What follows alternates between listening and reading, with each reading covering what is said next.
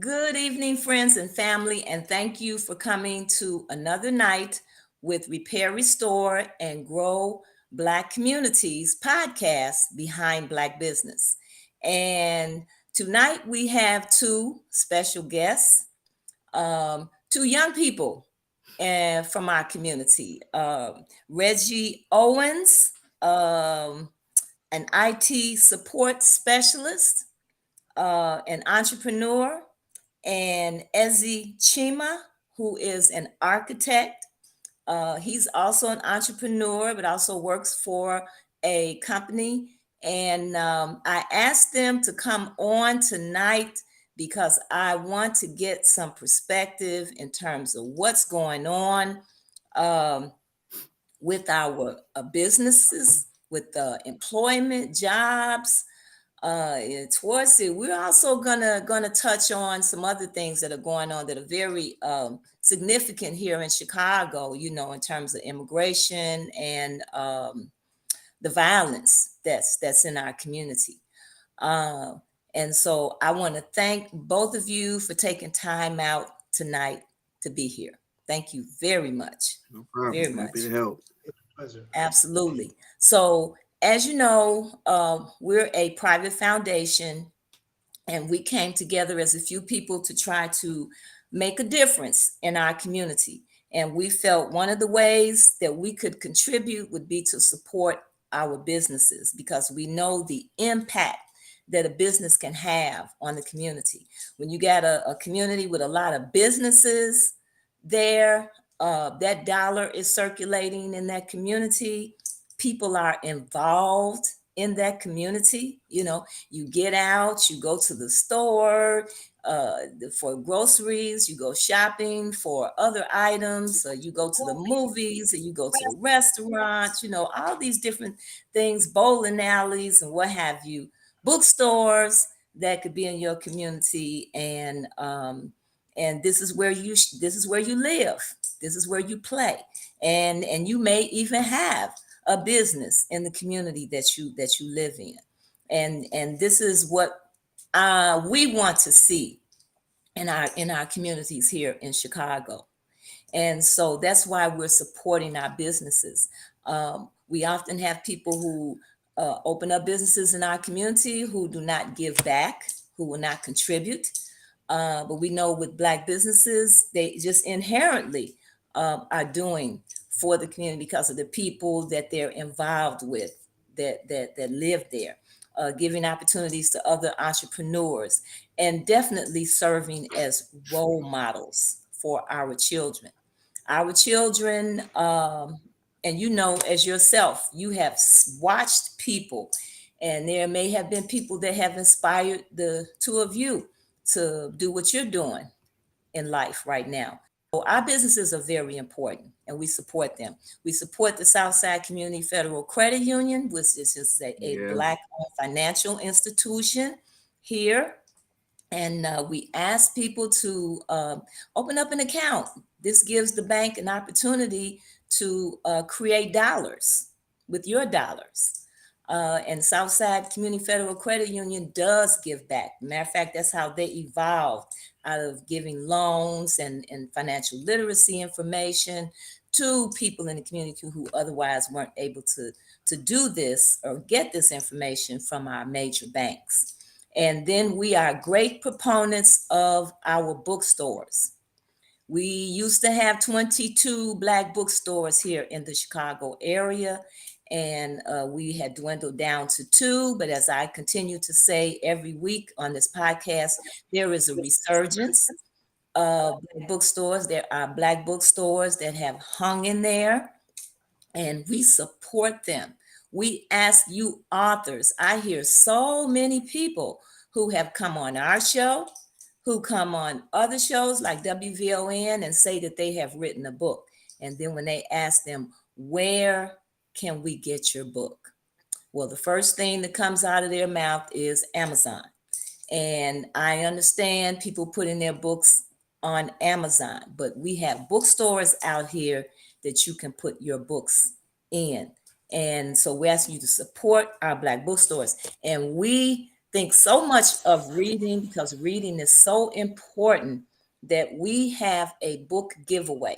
We feature a Black bookstore every month, and we let that bookstore select the book of the month. And all you have to do is subscribe to rrgbc.org. That's rrgbc.org. And you can become eligible to win the book of the month. Gonia Kuti last month won the Philosophies and Opinions of Marcus Garvey that was selected by Brother Sekou, who was our bookstore of the month last month. This month is Afriware in Maywood. And Afriware has selected a book, Freedom, I'm sorry, Feeding the Soul Because It's My Business by Tabitha Brown. And Tabitha was an aspiring actress. She became well known for having a vegan home cooking show. She developed an autoimmune problem, and she started to listen to her soul and her body. And she talks about her journey. She tells stories and is trying to pass this wisdom on and this knowledge that she gained to you in this book, Feeding the Soul Because It's My Business by Tabitha Brown. Go to rrgbc.org and you can and subscribe, and you can possibly become a winner of this book. Please go to afriwarebooks.com and support Afriware Bookstore. And finally, we have a public policy piece out. If you go to Save Black Bookstores in Chicago at change.org and sign the petition, we want our local libraries and our local schools to give some contracts to our Black bookstores. That can be much of a great benefit. If our bookstores get some of these dollars, then they can be more engaging with the community. So we ask you to go and please sign that petition. And then, of course, you can come to our website at rgbc.org and donate.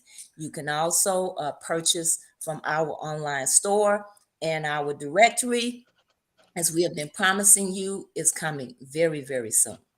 So now let's get to why we have our guest here tonight. Um, Reggie is self-employed. Eze is both self-employed and works for a corporation. Am I correct? Yeah, I also work for a corporation as well. Okay, okay, great. So just tell us briefly about your business. I'll give both of you an opportunity to do that. So I run a IT consultant firm, Reggie Tech Remedies, that I've been running since uh, April of 2015. We specialize in security camera setups, key fob configuration. So basically, the key fobs that you, instead of using a traditional key to enter a building, you just tap your badge and you basically swipe in as opposed to using a traditional key. We also handle many IT support issues in with laptops, desktops, printers, and various other IT issues. And my also, you mentioned authors earlier. Myself, I'm also an author, also an author and publisher of The Level Squirrel, which will be coming in print very soon, where everybody can purchase it and enjoy that wonderful story. So, and much like myself, I would love to support and grow my brand within black-owned bookstores. Okay, wonderful. Okay, so Ezzy, can you tell us about your business and what you do? Sure, Denise. Good evening, and thanks for having me on here. Um, Absolutely. yeah, I'm in the architecture industry, which has to do with design as well as construction, and sometimes interior design, contracting, things like that. But so far, I've been specializing more on the retail side of things, and so uh, for me, the journey is uh, it's a bit different from most. Uh, fields of study, and so I've had to do a bit of traveling and kind of work in different firms, learning different aspects because eventually there's an exam that I have to take in order to actually get licensed and be able to call myself an architect. But um, I'm presently in the sort of mid stage of that. Where I've completed the hours and everything and done the internship and gathered a lot of the experience. And so now I'm getting ready to take exams, and that's where the entrepreneurial side of things come in. And I've had the pleasure of working with COD as well personally. And Mm-hmm.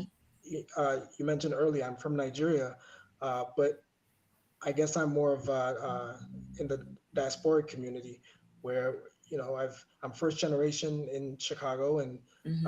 also was born in Lagos, Nigeria, and have had both those experiences. So now I have all these skills, but sometimes it takes having a friend like Hod and he's from Chicago. He grew up here, and he's also gone on that entrepreneurial journey, and he has so much to offer that I think for a lot of people who are not in the space, it's important that they have sort of a friend like Hod or someone who can Sure. sort of show them the lay of the land, if you want to say. Mm-hmm. But yeah, so that's kind of where I'm at with this, and I've had a lot of experiences that I'm glad you brought me on here.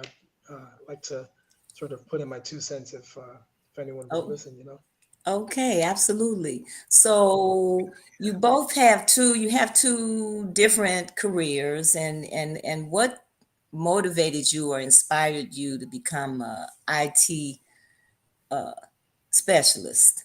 So for me, how I got Correct. started, I actually was in a program called Europe Chicago, where Mm-hmm. it's a year-long program that helps 18 to 24-year-olds um, get into the corporate workforce. At that Mm-hmm. time, I was, working retail, the Kmart, Walmart, and Kmart was still open, things like that. So I didn't have any IT experience or corporate experience. And Mm-hmm. basically, the first 6 months was a learning development phase where you go through your college courses, you get your college credits, you learn about the basics of IT, and then the other 6 months was an internship with a Fortune 500 company, which I did my internship through Marsh McLennan, which is a huge insurance agency. Mm-hmm. And then from there, I tallied that experience and got my foot in the door working in the corporate IT structure, and from there build my skills, build my experience, certifications, things of that nature, and then parlay that experience into the business where you could now you get tech remedy from. Okay. Okay. So I'll go to you, Ezzy. What inspired you to become a architect, or how did you get into this particular field? Um, well, it's a few things, but I think particularly I I had that as or the skills to be an architect from an early age, and it was somewhat natural initially until I came here when I was about 8 years old. So it wasn't Mm-hmm. until I came here and then sort of going to school and meeting different people and, sort of Chicago being the city that it is, having that exposure to what possibilities I could apply the skills that I have, to. But so that inspired me because you get advice about working and doing something with your life or your time, your energy, and sort of how important it is to align that with something that comes naturally to you. So that's what really sort of motivated me on one aspect, but on the other end, uh, it does also have a sort of in the moment inspiration when you look around, and I think anyone watching the news or seeing where we are in the world today, there's a lot of natural disasters that are going on that Mm-hmm. for me, uh, the road for architecture is not like, one inspiration won't carry you the whole way, Mm-hmm. so that early inspiration is good, but over time I found that it's the consistent uh, sort of challenges that I see in both the industry and a lot of other similar lines of work that I Mm-hmm. hand to, that keeps me inspired in that Okay. I think something else that you mentioned, well, initially when you talk about your early experience Mm. coming up, I guess as a child, what was it during what kind of experiences were you having then? It was, yes, you're right. It was actually a lot of, I guess, self-discovery, and I Mm-hmm. attribute it to traveling during that early time in my life. I was already sort of creative as a kid.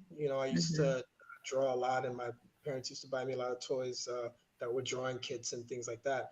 Um, but eventually, it became it's built into a lot of other things, and then I became good at constructing things. I used to make a lot of but I would get toys, and sometimes if I didn't get the other counterpart, the other, toys used to come in pieces before, Right. and I would get like the Legos, for instance, or the cars you get in the cereal boxes, and I would sort of want to make road tracks, but Mm-hmm. back then it's not till Christmas you get presents and things like that, so I would just Mm-hmm. make them out of like folders or something like that, and but I started getting really good at those things, and same thing with me. I started making posters as a kid. uh, we used to have poster sales in school and things like that, and then eventually I started making posters that I wanted to see, or just things that I from cartoons, or Bugs Mm-hmm. Bunny and things. um, so that those were when I didn't know I was developing skills that later, like I went to school here at IIT, the Illinois Institute of Technology, and before getting in, there was already a rigorous process to actually qualify, and then even after that, uh, I had to go in for. It was I didn't know at the time. It was like an impromptu. Um, almost audition with sketchbooks and things like that. You had to meet with an advisor and show them your artwork or creative. So that, Okay. yeah. Okay. So as I listen to you talk, you both had uh developed interest.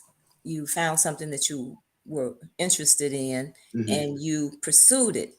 But one of the reasons I ask you on the show is because I know when you look around you, here in Chicago, we'll just say here in Chicago, uh, we have a lot of young people who are not working.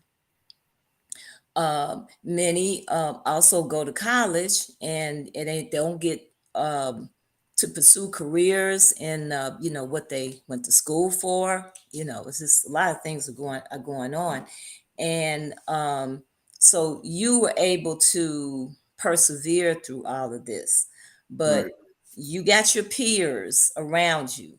Um, what's happening with the youth today? Um, why do we have so many Black youth not working, not pursuing and doing like what you're doing? Uh, well, I guess I'll go first. I think a lot of it comes down to lack of discipline and lack of structure. As we know, unfortunately, 80% of homes are ran by single mothers, which means that for the most part, there's no masculine father or no masculine presence in the home. If there's not like a big cousin or uncle, I'm speaking from a male perspective, and this can go from the Mhm. female perspective too, because it also leaves that structure. But that lack of structure and discipline often creates like a poor work ethic, or poor, inconsistent person, someone who's undisciplined, unstructured, and it allows them to be lazy. And also, I think a lot of times the environment they grow up in, the people around them, whether it's their mother or their friends, they have low expectations, or they're not pursuing bigger goals and bigger things, and that creates that mindset of, well, my mom is not doing this, or my cousin or my friends are not doing this, so this I don't have to do it too. They never have that aha moment or that epiphany would say, I can do better. I think that's where a lot of it comes from. Hmm. Would you like to chime in on this, Ezzy? Yes, sure. I agree with what Kod's saying. Although I do think it's multifaceted. That's high on the list of why that probably is. And of course we're making speculations. But from what I see, there is the discipline aspect. It affects big time the work ethic, the focus, all that. But then there's also the notion of why, right? Hmm. Giving a person, whether it be black youth or any kind of youth, if you give them a reason why they should be doing something, there's a and I think you would agree, there's something that happens where they take autonomy and they start to decide on their own what it is, what direction they need to go in order to achieve that same goal that you're striving for. It's just from their perspective, it can be done different. You Hmm. know, and if I can reference the way I mentioned earlier, for me, I found that the way that I grew up, not intentionally, but I understood that I wanted to do something that would still be fun for me, no Hmm. matter you know what I was getting paid, to be quite honest. But over time and with mentorship, kind of like I was mentioning, and that structure, I do believe it comes with uh, uh, a good home, where everything is balanced and you do have a male and female sort of direction on things to keep children balanced. You Without that why, I don't think kids can really be expected to even strive with the same level of effort that I know, and I think Hmm. it took for me to even get halfway through any of the goals I set for myself. Well, that's interesting that you would say that, because that's one of that leads me into another question. When we look at our education, I know a lot of times, even when I was a student in school, you teacher would be teaching you something, and it's like, okay, why are we learning this? What are we gonna do with this? Sometimes you would even think, I'm not gonna need this when I grow up. That's how you were thinking at the time. So when you look at, but then I feel, I'll say this, that I got a basically a good education. I got a good foundation that I could build off of, that I could propel forward. How do you feel about the educational system today? And how we know we need family structure. We know that that's important. We know the impact of what's happening in our families, the dynamics of what's happening in our families. We know that there's discrimination, layoffs, and wages. People may not want to work because of the money that they make. I had someone tell me, he was a contractor, that he had some young people working for him, and he was trying to teach them the trade. And one of the young men told him, after a couple of weeks of working with him, he said, "Man, I've been working with you for 2 weeks, and I made $1,000." He said, I'm getting ready to go flip some weed, you know. So I know you got that kind of competition going on. Um, but when we look at our education that we get, just say starting in grammar school, and because there are these, what you have both said is that there are influences, there are mentors, people that have stepped in and done something to help you. um, and so, as far as the education that you have gotten, do you feel like the education that you have gotten, especially let's say in grammar school, high school, and college, have prepared you uh, to do what you're doing now and to move Um, forward in the future? So I can speak. I'm gonna speak for me personally. No, especially when I think back to grammar school and high school. You learn your basics. You learn your reading, math, your arithmetic, things of that nature. But nothing, anything I learned in grammar, whether it was Catholic school or public school, they don't talk about credit. We don't talk about financial literacy, entrepreneurship. None of those things happen because the whole purpose, or at least most the biggest purpose of these institutions is to make you an employee to go work for somebody else. And even when you consider things like college, there are let me go back real quick. There are still some vocational schools here in the Chicagoland area. I think trade is very important because that's something that you don't necessarily need a college degree. You can get certified in whatever you do, electrician, carpentry, plumbing, get CDLs or whatever the case may be, and you can, work for a company or take those skills, make your own create your own business. But that's something practical, and it's not as long term financially damaged as say going to a 4 year university and getting a psychology degree and being 60, 70, $80,000 in debt if you get hired. So for me personally, school wasn't the biggest influence in terms of me getting where I need to get. Matter of fact, it was after I left school that I found the IT program that got me where I am today. So, but that's just me personally. So now you went to did you go to college? Yeah, I went to college. You went to college? Hmm. Okay. Did you finish? Did you complete your No, I didn't. No, I didn't finish. okay? Is there a reason that you didn't continue to go? Did you feel like you were Um. able to So do I'm so just be. without it? Well, fortunately for me, I'm in an industry where it doesn't necessarily require a college degree to be successful in the field. So that's one. That's why I mentioned the trade because Mm-hmm. college. I don't think college is for everybody. But for me at that time, I wasn't motivated. I wasn't motivated. I remember one time I was in one of my professor's classes, and I just told him I didn't want to be there. I didn't want to be here because I feel like Mm-hmm. I could be doing something more productive with my time. And what he said to me is, "You need to go because you waste people money," and that's what I did. Mm-hmm. And all things considering, I still I definitely think it was a smart good move on my part personally. But I think I should did just a little bit earlier. It would save me some issues online. But that's Mm-hmm. for me personally, it didn't. I'm not. There's benefits to college, but it just wasn't for me. It's more depending on where you go and who you networking with. Well, what do you feel needed to have been there? Going For back me, to what it was, grammar school, or college, or so high school. where, What? where was mentioned, where was something Eddie had mentioned earlier about the motivation. Motivation, as you going through school, you're getting good grades. These are good things. It's teaching you, that those daily tasks, but it's not preparing you for life. It's not preparing you for building your credit. It's not preparing you for, like I say, financial literacy, things of that nature. I wasn't motivated.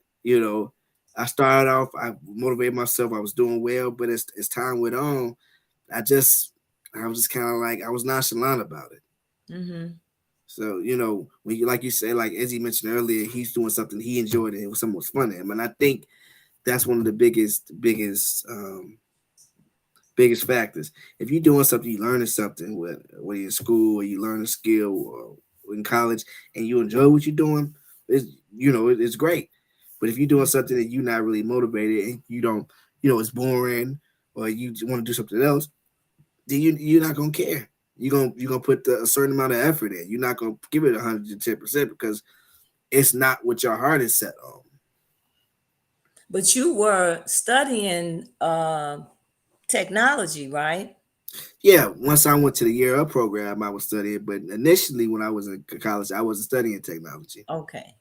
But it was also I also like technology, so you know. Okay. So what about you, Ezzy? Chiming Yeah, in.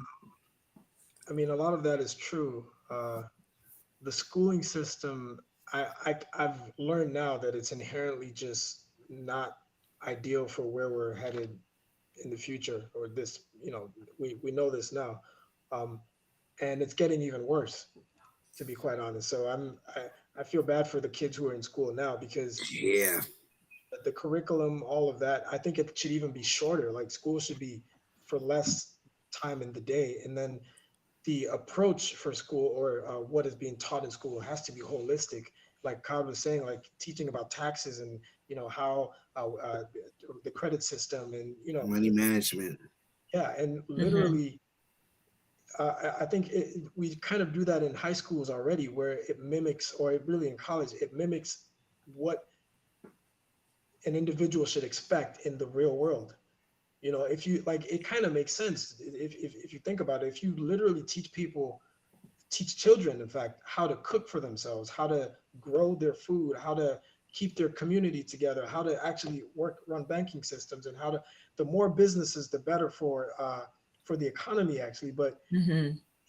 it has to be in such a way where it's tailored to the individual.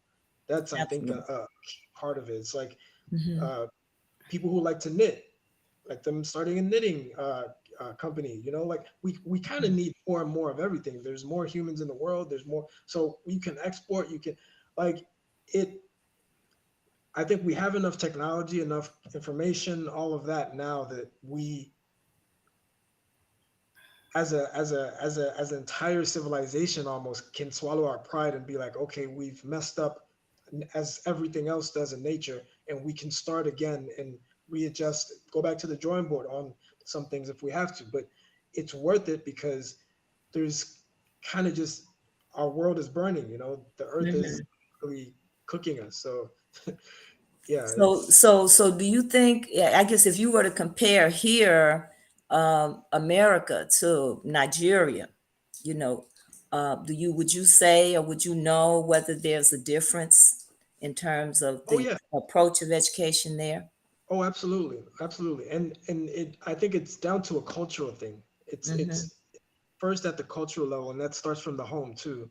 um the importance of why, it goes back to that thing again, the reason why uh a person should go to school, and why you should learn, and why you should uh do anything, really. I think it's emphasized in, from experience, in Nigeria, and not just in one, because I lived in both the rural area as well as the cities. Mm-hmm. And in both scenarios, in both cultures, there's a heightened level of importance put towards education, and Mm-hmm. not education, but the best education. Sure. And I think that's a big reason why uh, statistics and things like that are showing people who immigrate into the U.S. are doing better more on the educational side. But because I don't think Sure. it's just degrees, it's more just the interest and the ability to go into, like, they've basically adjusted the manner to which they educate themselves. That's right. That's right. So it's we need a new approach. I Yes, yes. when I look at what's happening out here, um, a lot of the young people, whatever they're doing, the violence, all of that. They asked a young girl why they were doing this, and she said for fun. Yeah. you know so it's like, is this what people are seeking? I remember Oprah Winfrey saying, often talking about this, is people finding your passion. But how do you do that?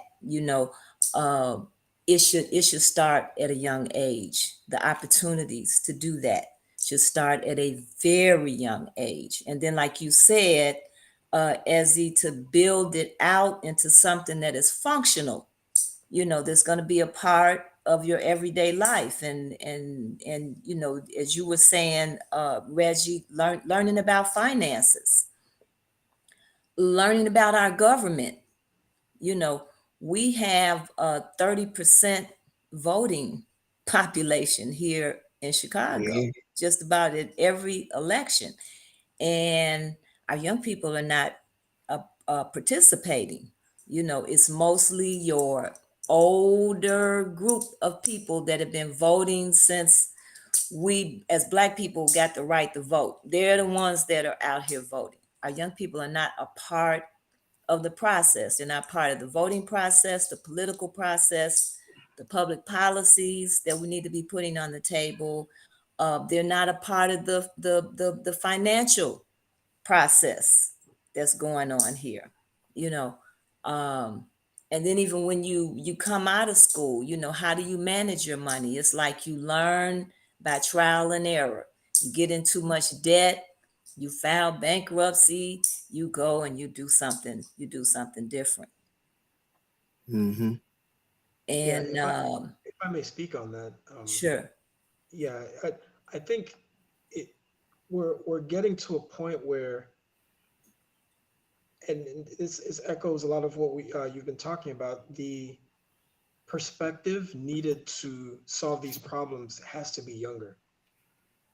It has to be a younger perspective. It has to be someone who the young people as well are engaged with, right? Hmm. Because what you're saying, and quoting Oprah as well, like the passion that is needed in order to achieve certain things, it has to come with fun, or at least something that is pleasurable, right? And if you aren't in tune with what young people find fun, or are enjoying or are passionate about, it's simply, it almost becomes disrespectful to the young people when anything is said to them, Hmm. and that just tunes them out entirely. And I think that's probably a larger reason of as to why and I think and I we're think what's happening with the education, that we taking our young people through, it's not a matter of I guess older people, just not understanding what is really needed because they're not having the experience that they should be having. And it's not a matter of the children taking control and you doing what the children want, you know, you succumbing to what the children want to do, but it's the like you're not giving them what they really should be getting. Just as human beings, that Right. we want to be able to contribute to our society at large. They should come in the world a part of the society. And one thing I know from my travels to the continent is I've seen children at a young age, much more involved with a because they're young. higher level of responsibilities and Yeah, expectations, it's their at a future. very young level, Right. So, and not only just giving them something to do, but this is necessary. right. When I went to visit a village in Togo, and we bought rams and goats from the market to the village, and it was the young boys who looked like they were no more than 8 or 9 years old that took those animals after they were brought to the altar and cut them up and stripped them and prepared them for cooking, Yeah, and we're out there with responsibilities, and that is like here in America, we delay that process, we stretch Right. that process out Yep. so and far. mind you, We they don't do. get, our kids So, don't get no responsibilities. so can I have some really, really quick? I want to add. Yeah. When you mentioned about the young people and why they do the things they do it for fun. Um, I think. Well, yeah, I think that when you mentioned about Oprah finding when they find their passion, the way the West and the way American society is set up, go to school, listen to your parent. It's a lot of almost it's not like it's almost like a dictate. I don't want to say dictatorship, but the way Hmm. it's structured, you don't really have any true time to explore. And if you don't have that structure, hey, find it. If, if imagine this: if you have a young child and tell them to go out and go play, or just let them go outside and run around without any Hmm. structure, discipline, tell them, hey, Find out what do you like, or find out what you want to do in life. Maybe that child likes to play sports, or maybe that child likes to write. Maybe that child likes to study nature or study animals, whatever the case may be. But unless you put a seed in their head to actually pursue these things and actually take action and take the initiative to do these things, as children, you're naturally curious about a lot of things. But the way things are set up is not really conducive for them to actually figure out what they like. It's just more Mhm. so, like you say, trial and error, or just happenstance. So I'm happen to pick up a basketball and I like it, so I want to be a basketball player. Or I happen Mhm. to to see an animal I like, and I want to be a veterinarian. It's not incentivized. It's just more so happenstance. Mhm. I know the professor when I was in college. He was the over the cleft palate department. I'm a speech pathologist, and he said he was an accountant, and he said I guess that's what his family was expecting him to do. He became an accountant, and he hated it. Yep. Yeah. And then he found this field, which he truly loved, Yep. you know. Can And I say? so we have to be able to give our children opportunities to develop Right. autonomy, Right. Right. and you can't find, it's like with anything, you can't find yourself until you actually have certain experiences. Yeah. Right, The time. right, true. Really, really quick. You asked me about college and why I wasn't motivated. And part of that, growing up, it was mom or dad or just people in my family. Got to go to school. Got to go go to school. Go get a good job. It's all you heard in growing up in Black America. It's all you had. Go to school. Go get a good job. And I realized that okay, I'm here. I'm in school. I got a job, but I'm not necessarily happy. This is not necessarily what I want. This is not necessarily what makes me motivated and get going. And it wasn't until I, like you say, took that risk and stepped outside of my, say I'm gonna do something different, that I finally Mhm. just started to discover and finally start to, find things to make me happy. And my family was not necessarily happy or supportive about it Sure. because I didn't fit they mode or what they Mhm. what they thought I should be doing. But like I told somebody, it's your life, especially when you get a certain age. It's your Mhm. life. Mhm. You're at some point. That's what part about taking accountability. If I decided, like you mentioned, the guy who wanted to be an accountant, if he had stayed an accountant for the rest of his life and he wasn't happy, he can't blame his family. He can't say, "Oh, my family want to be big." You're a grown man. Be Mhm. accountable. He made the decision. Now he's happy, which is great. I made a decision to do something different, which I'm happy, which is great. Which yes, family is not necessarily not always going to approve of the decision you make it, but at the end of the day, it's your life. You need to be happy with what you're doing. That's all I want to say. That's right. Also, if I may mention, my phone is on 1%. I don't know why it's plugged in, but it's still going. So just in case, it might shut off soon. Okay. Okay. So, I hope it doesn't go out. We have about 15 more minutes. Um, yeah, I mean, this is an eye opener here, because this is something that needs to be addressed, and it's almost like the institutions that we have that educate us are really not preparing us for that, to become an integral part of our communities, our societies at large. There's a lot of control factors going on here, and things are really getting out of whack right now, even though Yep. I think a lot of that is control as well. But Right. our young people are really having some serious experiences here right now, Yeah. and we really need to try to do something about it. Well, There I needs, also will say about the younger people because I was a teenager, and I'm not gonna lie.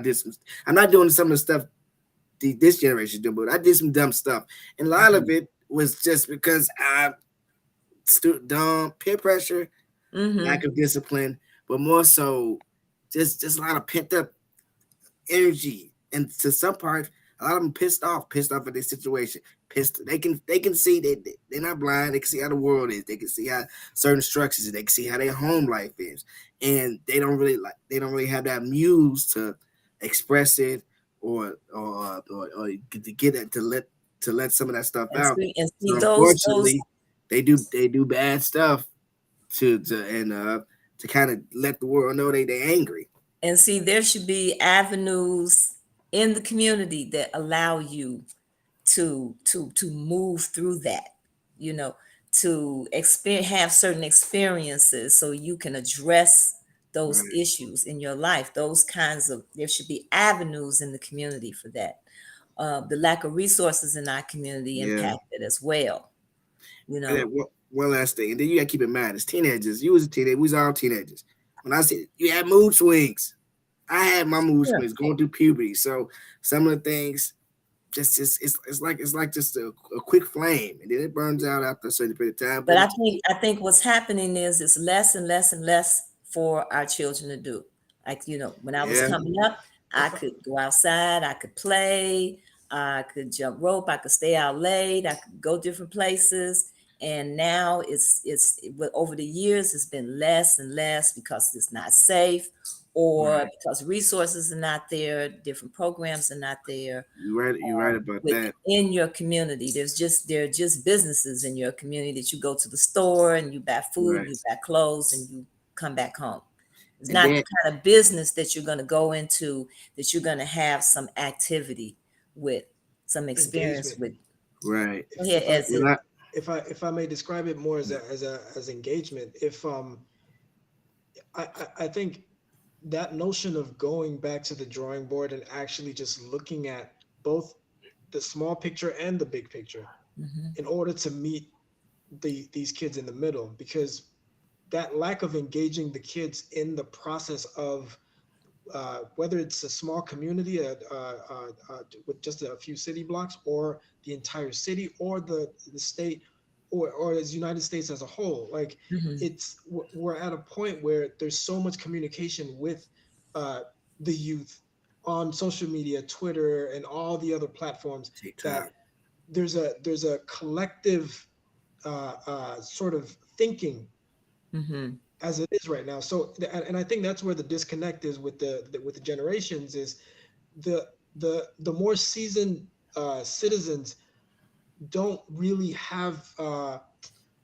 understanding of what it is yep. this new reality is for young people.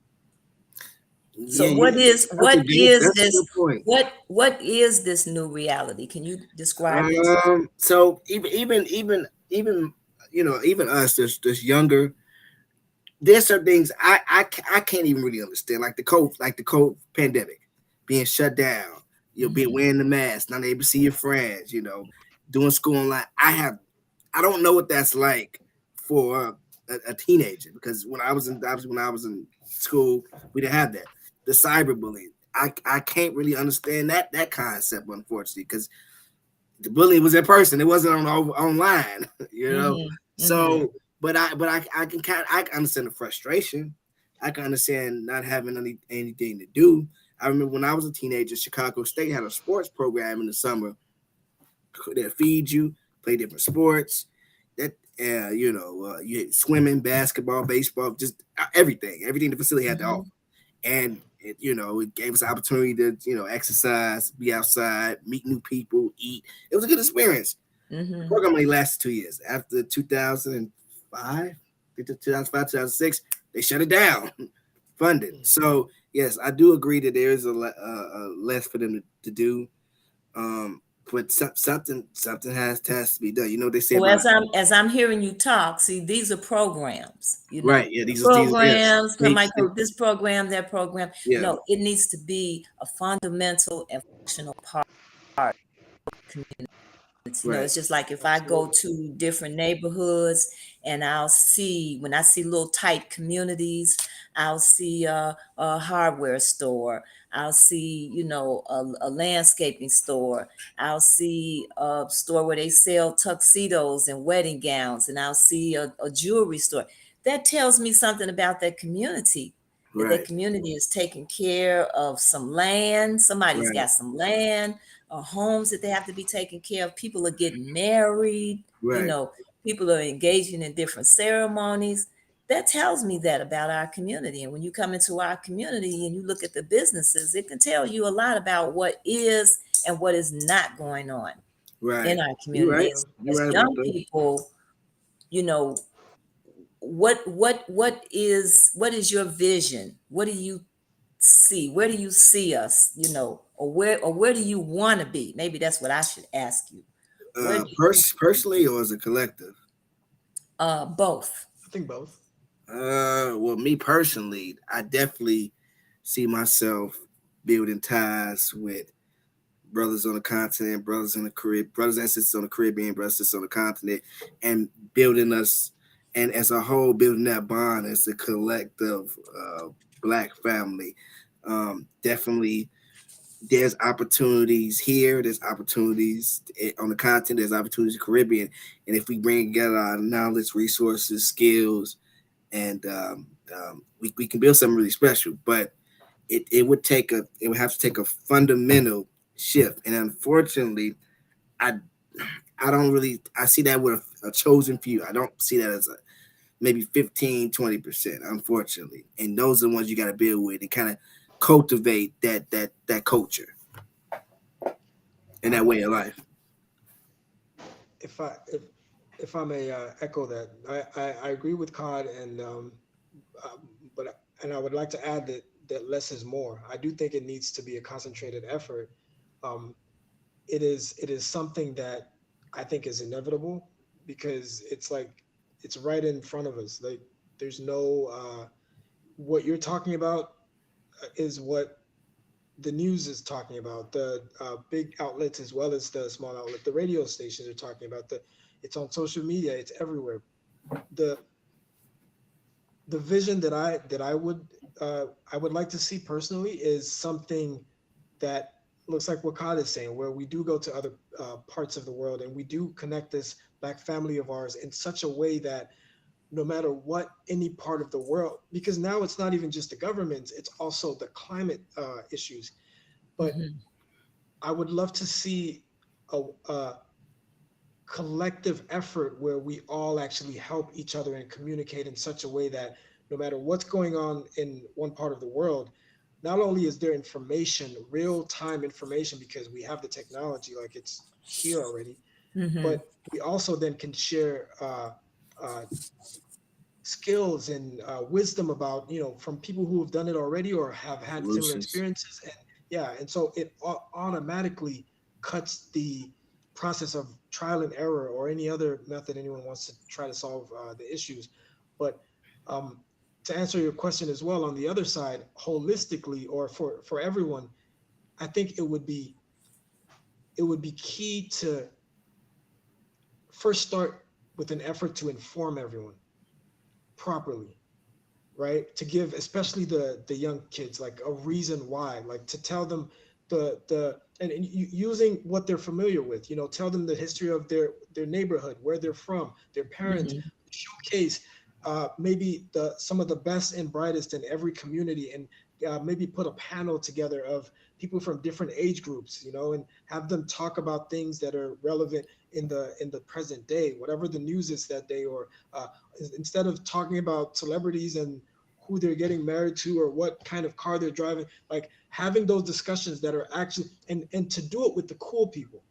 I Hmm. don't think this is something that should be thrown out or overlooked.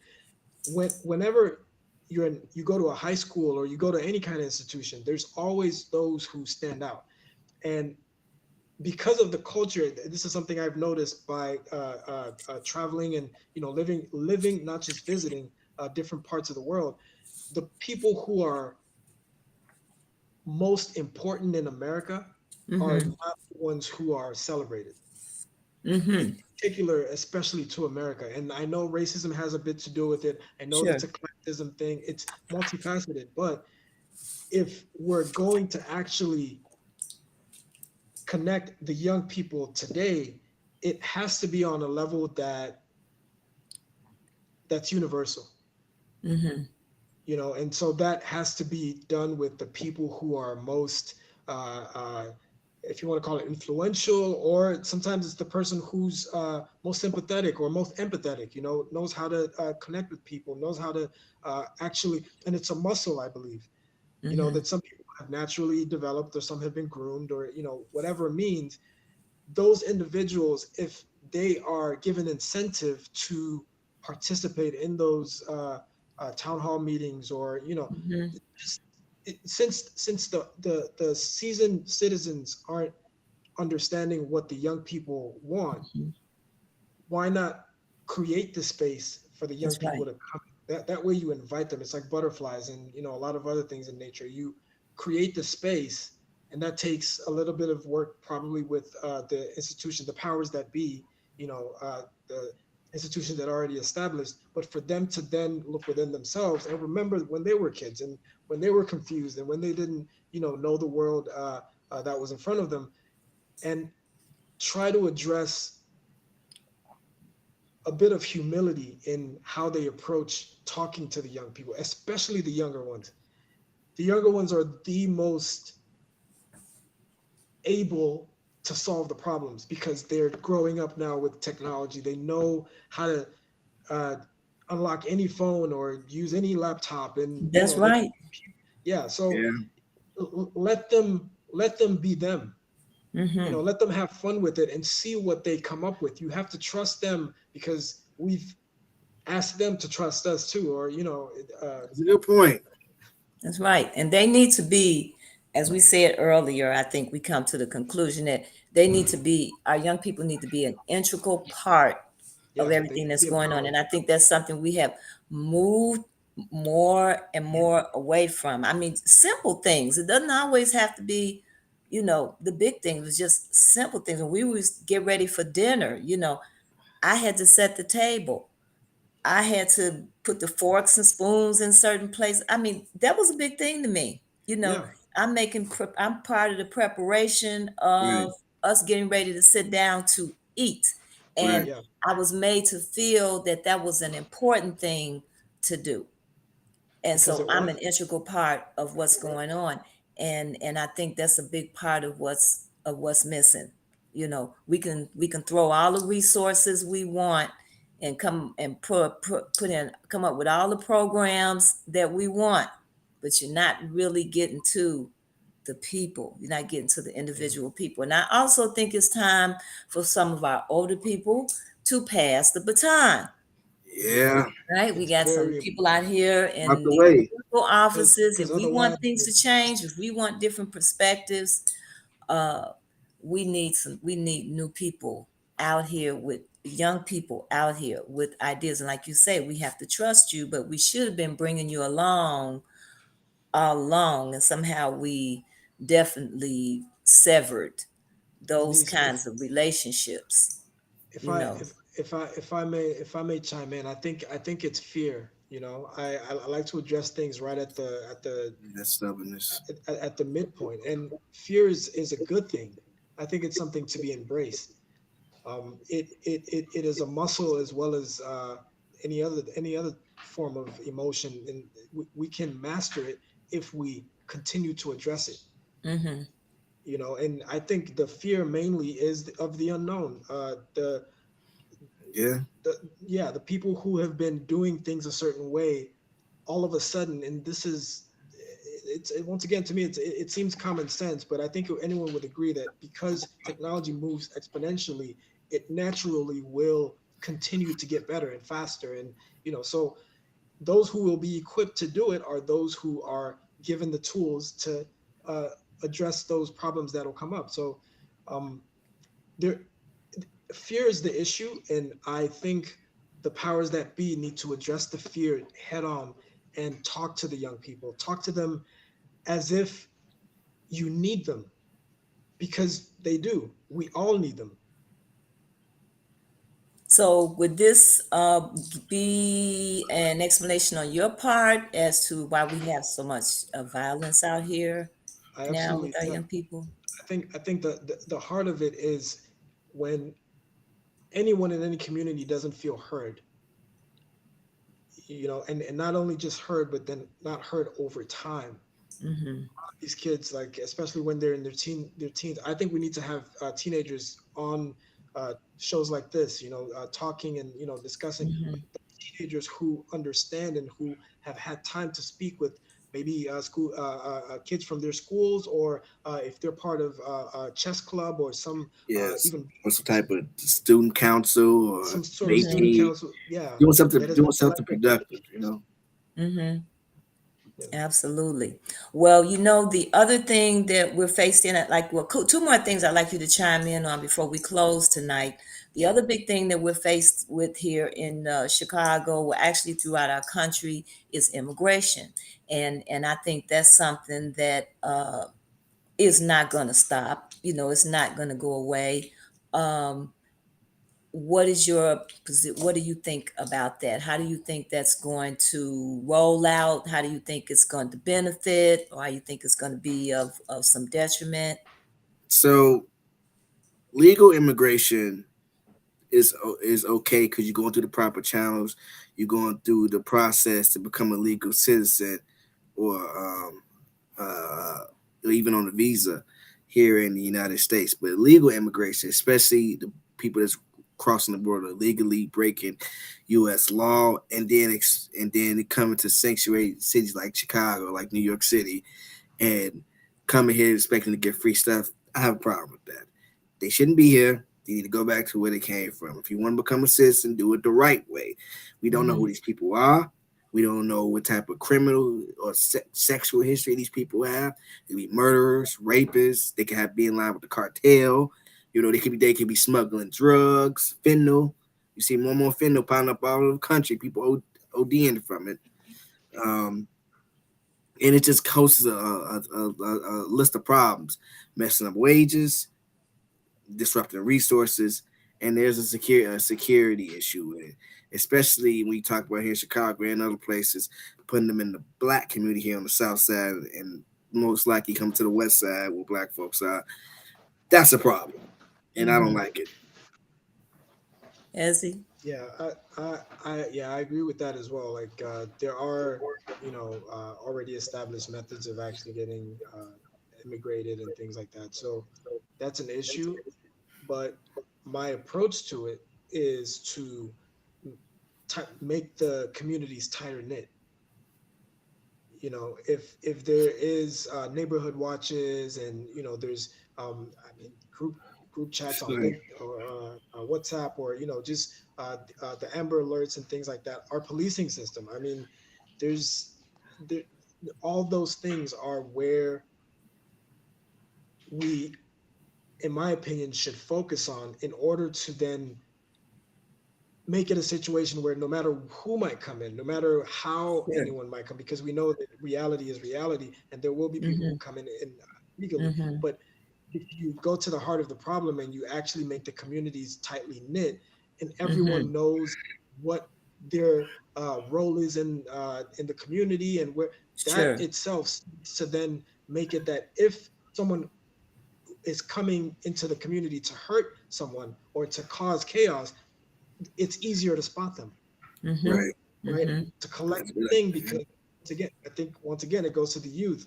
They are the ones who are most who will be most invested in that. So they knowing of them knowing about what it uh, is in place for those sort of situations. I remember when I was in grade school, we used to do fire drills and just activities like that. I think will keep whatever sort of immigration uh, hurdles we'll have to go through in order to get it right. Because I think, especially in the Black community, the immigration laws are not in tune with what we need. If that makes sense.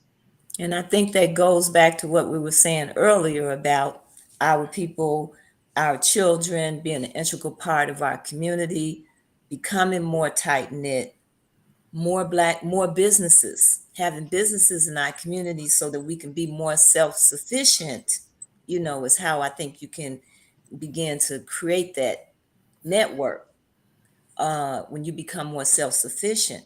But if you have people come into the community and they set up businesses, now we're pulling the community apart again. And I think this is what has happened, especially in the Black communities here in the United States. Hmm. Uh, Yeah. Other Also, people come in with businesses and they take dollars out and nobody puts anything back. And there's nothing that is really relevant to nurturing uh, young people, as you were talking about earlier. I agree. I wanted to add that we have somewhat of an example or something, it's somewhat a prototype now, but I and COD are in something we call the network.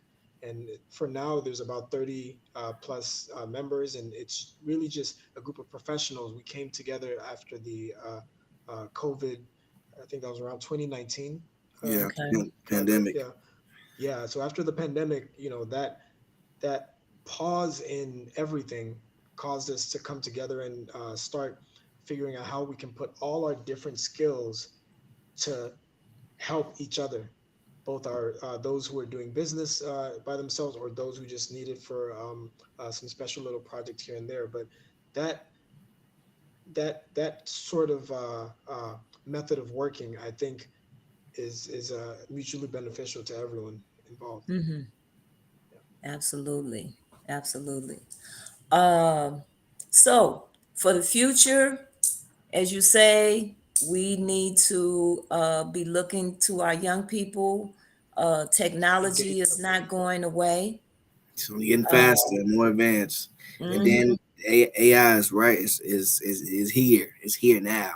Hmm. Yeah. So on top of immigration and AI, uh, you We gotta be on And code. it's also yeah, causing other jobs, types of jobs to disappear. Yep. You that's know. natural. Yes, yes. Hmm. I envision we actually don't want to be working a lot of the jobs that are going to be automated or that have the potential to be automated. What what what I think is good for everyone is a life where you can make a living, you can live a good life without having to work. Excuse me. Like that, I don't. And this it might come from that diasporic understanding as well, but if you live in a country like America, you already have a certain level of responsibility to the rest of the world, Mm. simply by the access to culture and understanding of the things that actually make this world move, this Hmm. present system we have today. So I don't think it's a bad thing to try to automate as many things as we can while also having a government that actually functions in a way that makes the people's lives easier, makes it easier for them to go out to other parts of the world and actually go help out. Hmm. The responsibility that America has taken on simply by virtue of almost natural selection. Okay. There have been a lot of immigration into the U.S. and there has been a lot of intelligent minds that have been attracted to the idea of liberty for all and freedom of speech and all these good things that I think we can all talk to the young people and say this is something good, yes. And if that is the case, I think it's important that we then start to move in a way that makes their lives easier, makes it easier for them to go and help other people out, give their skills and their energy to other people. And by then attracting others and begin a cycle that is positive uh, as opposed to negative. Well, that's a beautiful idea. In a perfect world, but here in America, especially for in the Black community, the disparity in terms of the way resources and all of the, like you say, people, Opportunities. you come to America. America has so much to say that it offers, but it has definitely not been fair Nope. when it comes to the Black community in America, because I mean, you look at how the Black community looks. Yeah, Look at and what's I in think our it's also schools and what's not in our schools, and this is some of some of the problem of what we're seeing Just also. something as simple as garbage cans on each street yeah, corner when you go to the Yeah. north side compared to the south side or the west side. Yeah, there It's like used to night. be garbage cans on every corner. That was taken. Yeah, So many things that were here have been removed. They've been removed from the neighborhoods. They've been removed from the schools. When you talk about the nurturing, the music, art in the yeah. school, being in a band, being in the orchestra, all those things were taken away. Hmm. you know and much of this is contributing to a lot of what we're seeing, and that Yes. had cut that umbilical cord for where all of that nurturing could be happening. it's Hmm. in the um, family. It's in the and family. so it is a time, as you are doing, where we do have to come together. um, I like the fact that both of you are entrepreneurs and you have businesses. uh, Hmm. you're servicing the community, and we need more of our people, doing this. And we need Absolutely. more of our young people doing it. And many of our young people are very astute. Some of these drug Oh yeah. dealers out here, I mean, they know how to run a corporation, better than a Yeah. corporation. You just is what It you're. takes the same type of intelligence. I agree. Yeah, same type of intelligence. It's just that your business is, Different level. underground. We need Yep. grocery stores. I definitely think we also need to be on code from a black black American and a black immigrant standpoint. We definitely need to be on code with each other. Mm-hmm. Um, and of course, everybody not going to be on code. Me and Izzy have had numerous conversations about this topic from a black American and black immigrant standpoint. We both understand. But if we could, like I say, if me and him come together, all three of us could come together, and we can just grow off that philosophy of being on code, it can shape Mm-hmm. up to some great things. So, Absolutely. Absolutely. Yeah. Well, would you, either one of you, like to have any closing remarks or words of inspiration to some of your peers, and to some of word of wisdom to some of our older generation? um, I'm just gonna say that if you have a dream, definitely pursue it. It's better to pursue it and fail than to never pursue it at all. And Mm-hmm. we gonna get our cash reparations. That's coming. We're gonna get our reparations. It's coming. I'm telling you. Mark my word. We gonna get our reparations. Mm-hmm. So when we get it, we got to make sure we know what we're gonna do with it. Yeah, That's right. for it. Yeah. I think that notion of putting in the work, uh, any kind of words I would leave is really our mentors, our heroes, our Michael Jordans, our Kobe Bryants. Like they've Michael shown us, Jackson. our Michael Jacksons. They've shown us that we are capable of the impossible. We Mm-hmm. are the very the very vessel that carries the essence of what this civilization is till today. Mm-hmm. So it's a responsibility. It's a double-edged sword. Like nothing, everything has pros and cons, um, and it's important that the individual actually leads from the positive side. Hmm. Absolutely. It's a Absolutely. And intentional. Brother Reggie, when we talk about our role models, you have some great mentors. You have Brother Yeah. Yoel. Yeah. Oh yeah. It's the sometimes, As he's met yes, Bobby Oel, yeah, he's met Bobby we Oel got too. the Oh yeah. Michael Jordans and what have you out here, but then we got those people right here, Yeah. in the community that's really having a direct impact. Yeah. Yeah. As he's met Bobby Oel too. Yeah. Mm-hmm. No, he's also my mentor. We once again, I said, we don't highlight the people who actually are pivotal and instrumental day in, day out. That's right. And that comes from a cultural perspective. The Mm-hmm. culture needs to shift and it has to be radical. It has to be, you know, collective. Mm-hmm. People are not given a voice, then the people who don't have your best interest are the only voice you're going to hear. Like it Right. leaves a vacuum. So it's the community effort should be to highlight the people who are doing it right and reward them. and give them more,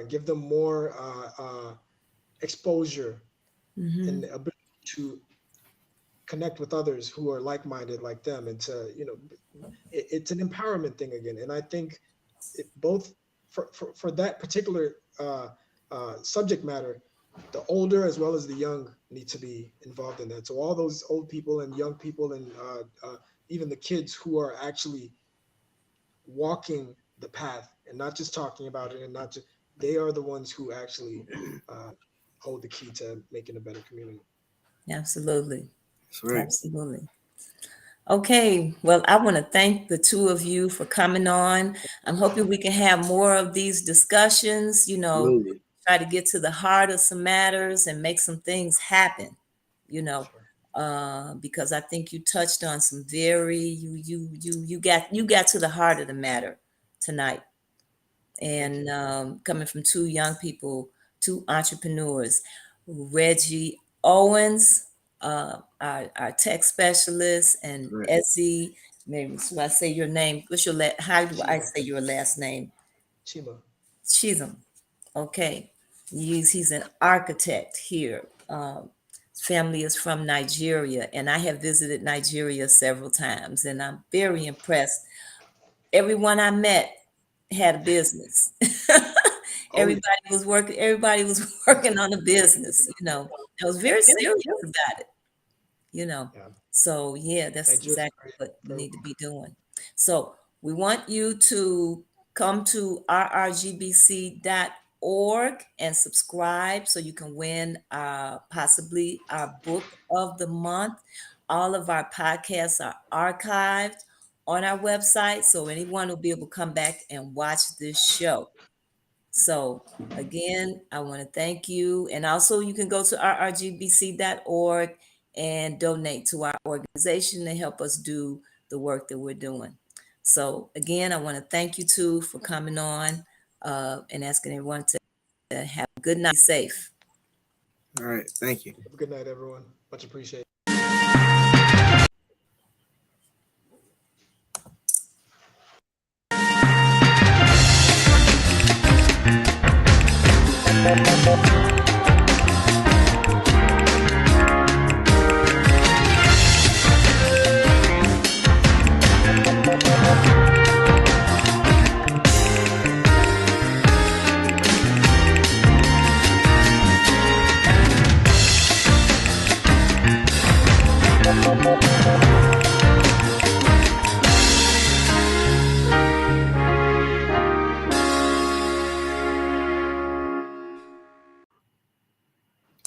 All right. Everything went